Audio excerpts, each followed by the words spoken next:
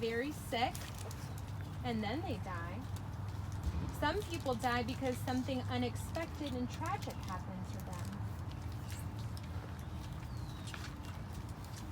After a person dies, there is usually a ceremony called a funeral. Has anyone been to a funeral? I've been to two. I've been one for my dad. That means church. Sometimes it's at a church. Sometimes it's outside. Yeah. So we've all experienced that. We know what that looks like. I've been to one for my dad's his grandma or great grandma. Yeah. But my mom and dad wanted my brother to be going to this machine who burns them and puts them in ashes and put them in a cabinet. Yeah. I'm just looking at your back. At the funeral, which a lot of us have been to, people who knew that person can gather together to say goodbye. We probably have all done that, right? Yes. They may bring flowers, tell stories, or maybe they say a poem. It can be hard to say goodbye to someone we love. It's normal to miss them very much. We all miss the people that are not here with us, don't we? Yeah. And that's okay. When someone you love dies, it can feel as if your heart has been torn in two. It can feel as if a part of you is missing. Does anybody still feel like that? Yeah. Not really. Yeah, Cheyenne said she feels like that. And Nicole feels like that. And Melanie. Yeah. These feelings can take a long time to get over. You may feel lots of different sad feelings before you finally begin to feel like yourself again. Does anybody have sad days? Yeah. Sometimes we have happy days too, right? Say, I'm really sorry. I just don't know what else to say. My friend had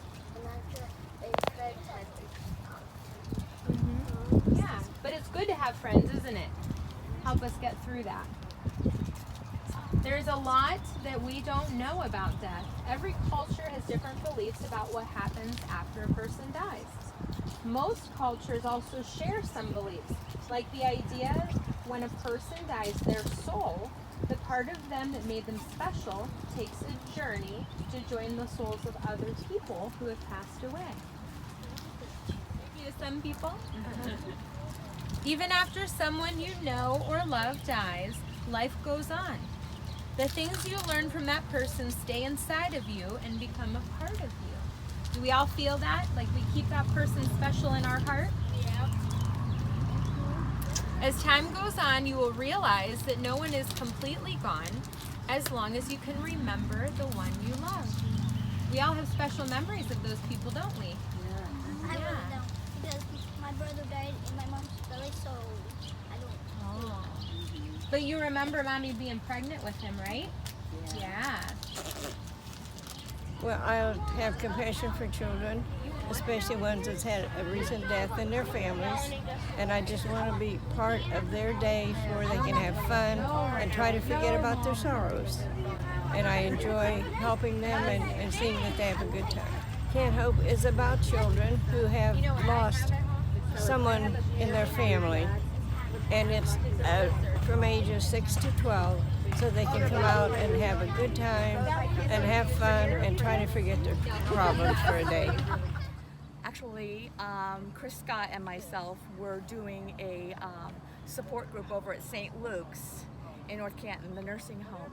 And she and I had both come from another hospice service that did a week-long Camp Hope, and we thought, let's bring that here to Aultman. Let's, reach our kids here. And so we started to develop that, got approval through Jody, and we went ahead and started that program, knowing that the kids also need support, not just the adults. We had rock painting. We had, cornhole.